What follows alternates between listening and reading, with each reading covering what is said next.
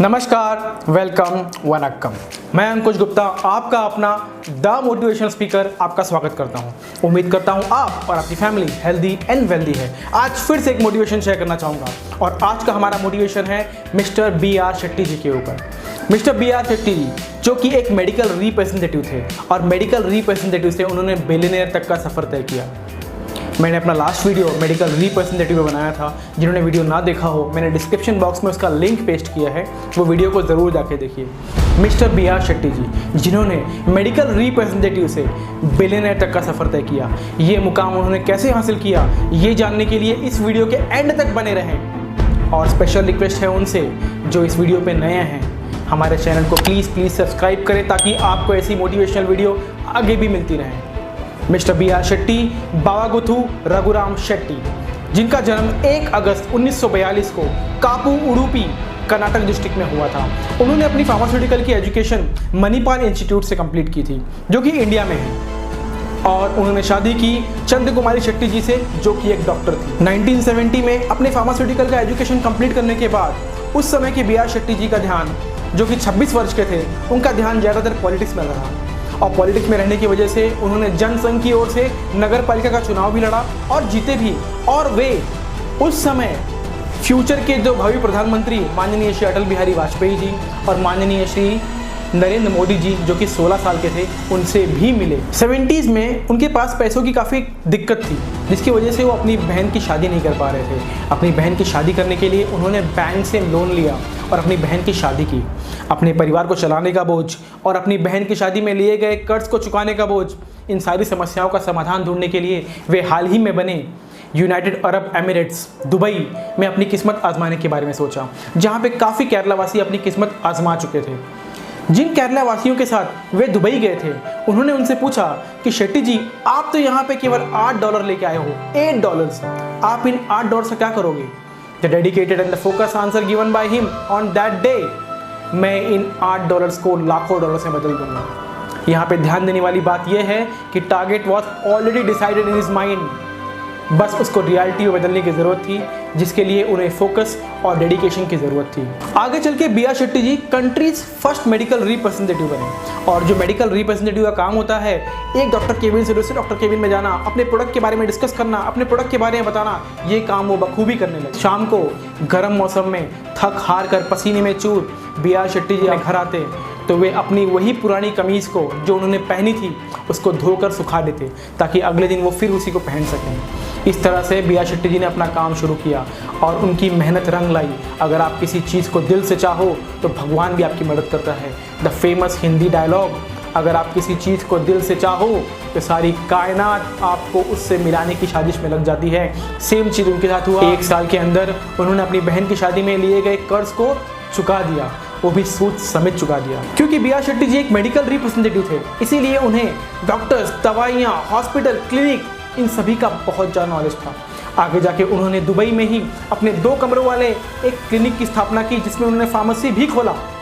उस क्लिनिक का नाम उन्होंने रखा NMC, न्यू मेडिकल सेंटर। और उनकी न्यू मेडिकल सेंटर की पहली डॉक्टर उनकी खुद की पत्नी चंद्र कुमारी शेट्टी जी हुई। और अपने स्ट्रगलिंग फेस में बी.आर. शेट्टी जी ने अपने क्लिनिक के लिए एम्बुलेंस खुद ही चलाई। इवन वो अपने क्लिनिक की सफाई भी खुद ही किया करते थे, क्योंकि बी.आर. शेट्टी जी एक मेडिकल रिप्रेजेंटेटिव थे, एक सेल्स पर्सन थे। और हर मेडिकल रिप्रेजेंटेटिव और सेल्स पर्सन को ये पता होता है कि target are first achieve in mind, then on paper, then in reality. Same thing उन्होंने काम किया।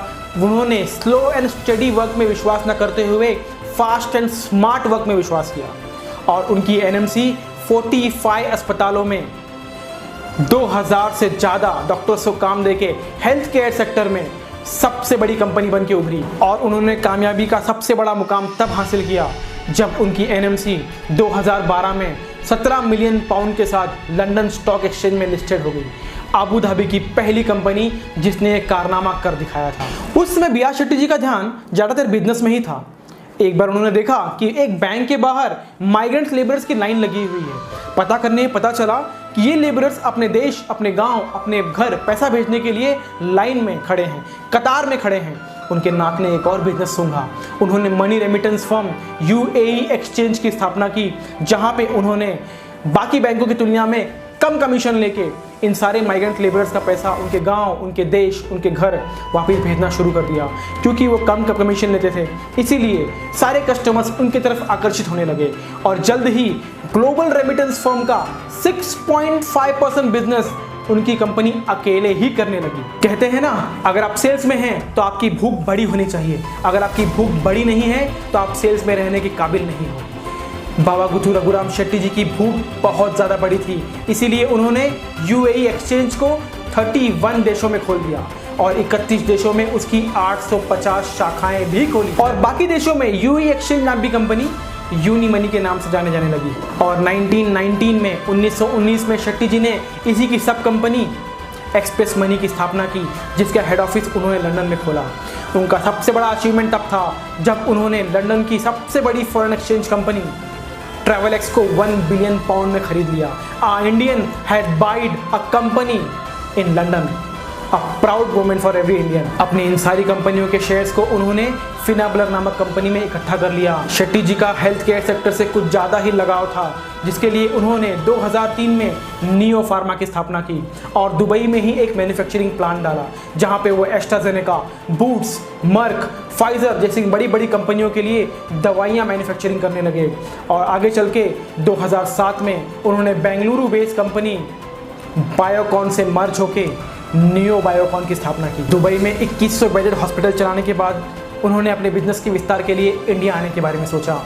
इंडिया आने के बाद उन्होंने केरला में कई हॉस्पिटल्स को खरीदा और 2018 में उन्होंने उड़ीसा भुवनेश्वर में super speciality corporate health care centre Kalinga hospitals को 200 करोड़ में खरीद लिया।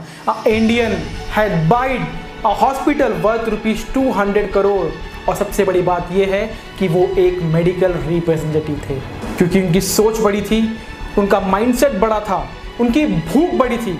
इसीलिए वो यहीं पर नहीं रुके, उन्होंने मुंबई में स्थित 7 स्टार हॉस्पिटल, जो आजकल 7 हिल्स के नाम से जाना जाता है, उसे भी खरीद लिया। क्योंकि BR शेट्टी जी, बाबा गुथू रघुराम शेट्टी जी एक मेडिकल रिप्रेजेंटेटिव थे, उनका हेल्थ केयर सेक्टर में कुछ ज़्यादा ही झुकाव था, ज़्यादा ही लगाव था। So he planned, he focused and he achieved it. छोटे से गांव से आए इस तुलु युवक ने 30,000 करोड़ की निजी संपत्ति इकट्ठा की। आज उनके पास रोल्स रॉयस कार की पलटन है, प्राइवेट जेट है, बुर्ज खलीफा में 2 फ्लोर का अपार्टमेंट है। इस तुलु युवक ने केवल पैसे ही नहीं, सम्मान भी कमाया। 2005 में अबू धाबी ने इन्हें अपने सर्वोच्च पुरस्कार ऑर्डर ऑफ अबू धाबी से नवाजा। डॉक्टर APJ अब्दुल कलाम जी द्वारा इन्हें प्रवासी भारतीय पुरस्कार से नवाजा गया 2007 में। और उसी के 2 साल के बाद हमारे देश की पहली महिला राष्ट्रपति प्रतिभाताई पाटिल जी द्वारा इन्हें पद्मश्री से नवाजा गया। 2017 में इन्होंने बिल गेट्स, वॉरेन बफेट, किरण मजूमदार जी के साथ मिलके गिविंग प्लेज की शपथ ली, जहां पे इन्होंने अपनी कमाई का आधा पैसा पब्लिक की भलाई के लिए, लोगों की भलाई के लिए दान करने का ऐलान कर दिया। वो एक मेडिकल रिप्रेजेंटेटिव थे, पहले से ही पेशेंट्स के लिए, दूसरों की भलाई के लिए जीते थे और उनसे और पैसा आने के बाद भी उन्होंने यही काम किया। अगर मन में सच्ची लगन हो, कुछ करने की चाहत हो, एक फोकस माइंडसेट हो, तो इंसान कुछ भी हासिल कर सकता है। ये थी इनकी कहानी, ये थी एक मेडिकल रिप्रेजेंटेटिव से बिलियनर तक की कहानी। अगर आपको ये वीडियो अच्छी लगी हो, अपने दोस्तों के साथ ज़रूर से ज़रूर इसको शेयर कीजिए और इस चैनल को प्लीज़ सब्सक्राइब कीजिए, ताकि आपको आगे भी ऐसी मोटिवेशनल वीडियो मिलती रहे। Always be focus, be motivated. फिर मिलेंगे।